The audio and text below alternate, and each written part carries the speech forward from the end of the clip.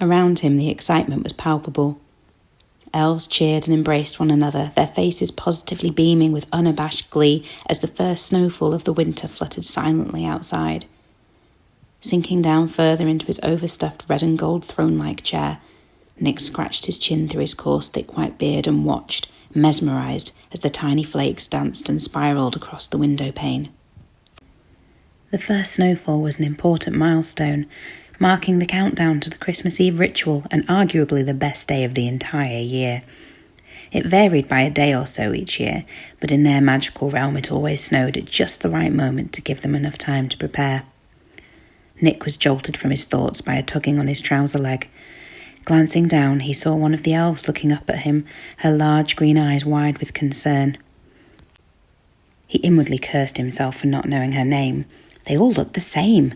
It was near impossible to distinguish one from the next. "Are you okay, Santa?" she asked, her lip beginning to tremble.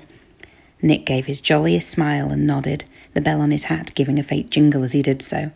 "I'm wonderful, my dear. The first snowfall is a time to celebrate, indeed." "But you look so sad," she pressed, biting her lip as she eyed him suspiciously.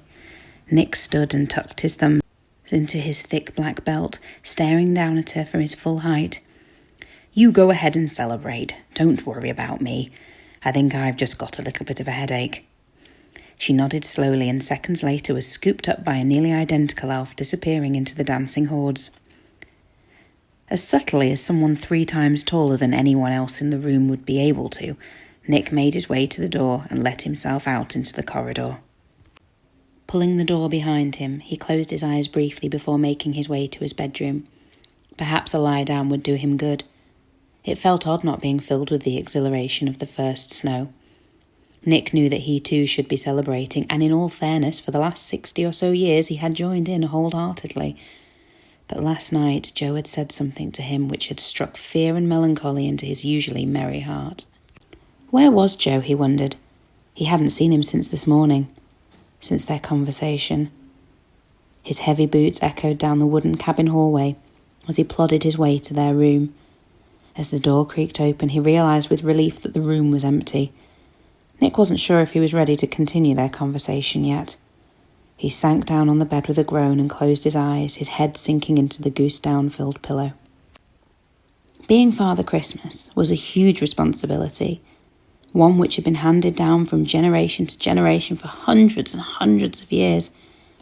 Every 100 years, Father Christmas would breathe his last icy breath and silently dissolve into a beautiful flurry of delicate snowflakes.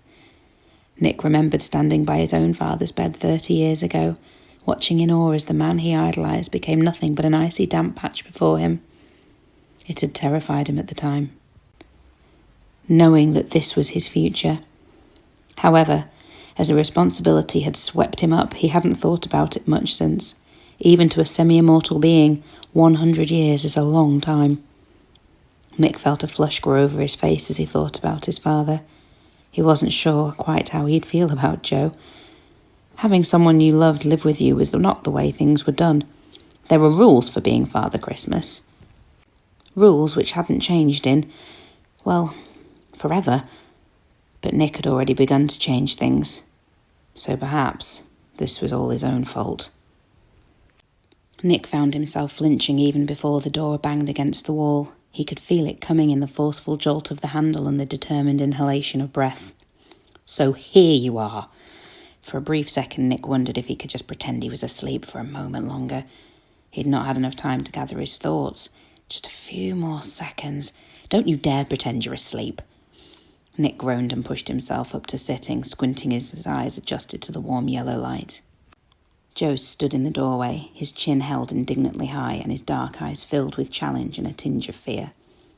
Despite the situation, Nick couldn't help but marvel at his beauty. His ebony skin such a stark contrast to the white and bleached pine surroundings, his broad shoulders and strong jaw like a Greek god. "Stop it," Joe glared as a smile spread across Nick's face. "Don't look at me like that when I'm mad at you." Nick shrugged. "I can't help it. You're beautiful even when you're angry." Joe's shoulders sagged resignedly as he sank into a nearby chair. "We need to talk. You know we do." "I know," Nick agreed. I've been trying to think about it, but the first snowfall put a bit of a spanner in the works. Joe frowned in surprise and glanced out the window. Is that what all the noise is? I can't believe I missed it. We'd usually be dancing by now, Nick smiled sadly, trying not to squash any of the elves as you try out your latest moves. Joe smiled briefly. There'll always be next year.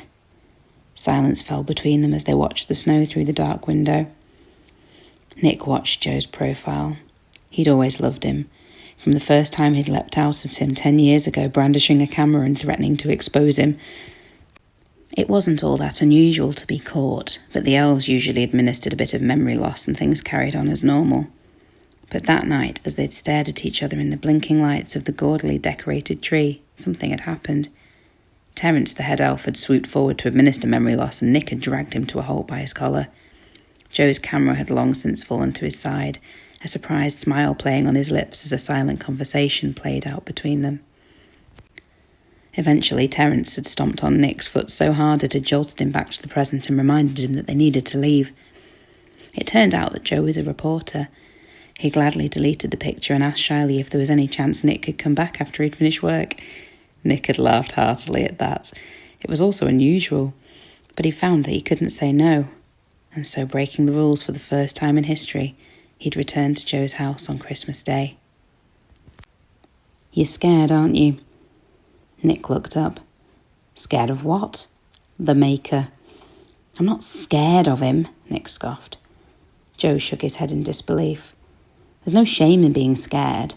You're not doing things by the book, and he will be pissed off, that's a given. Nick rubbed his hands over his face and inhaled slowly. I think that's an understatement. Well, I'm here now, Joe said, his eyes glinting defiantly. I've been here for a decade. He's not getting rid of me now. That's not what I'm worried about. Excuse me? Nick held his hands up. No, I know he can't get rid of you. I mean, I'm worried about the whole heir situation. Joe blew out his breath, his full lips creating a perfect circle. You knew it was going to happen sooner or later. You've only got 30 years left. At this, Nick's heart suddenly felt heavy as fear and sorrow flooded through him. 30 years didn't seem enough. Perhaps if he'd found Joe sooner, perhaps if they'd addressed the heir situation sooner. Stop thinking about what might have been, Joe scolded. What's done is done. Nick frowned. Who says I was? Joe silenced him with a look. Tomorrow we go and see the Maker. It's inevitable. You need an heir. I can't give you one. We need his help. End of. Fine, Nick sighed. Perhaps it was that simple. If so, why did he feel like his stomach was filled with hot coals? Joe pushed himself out of his chair and strode over to him. He cupped Nick's face in his hands and touched his forehead to his. I love you, Nick. You know that, right? I do, Nick smiled, his light blue eyes bright with tears. I love you too.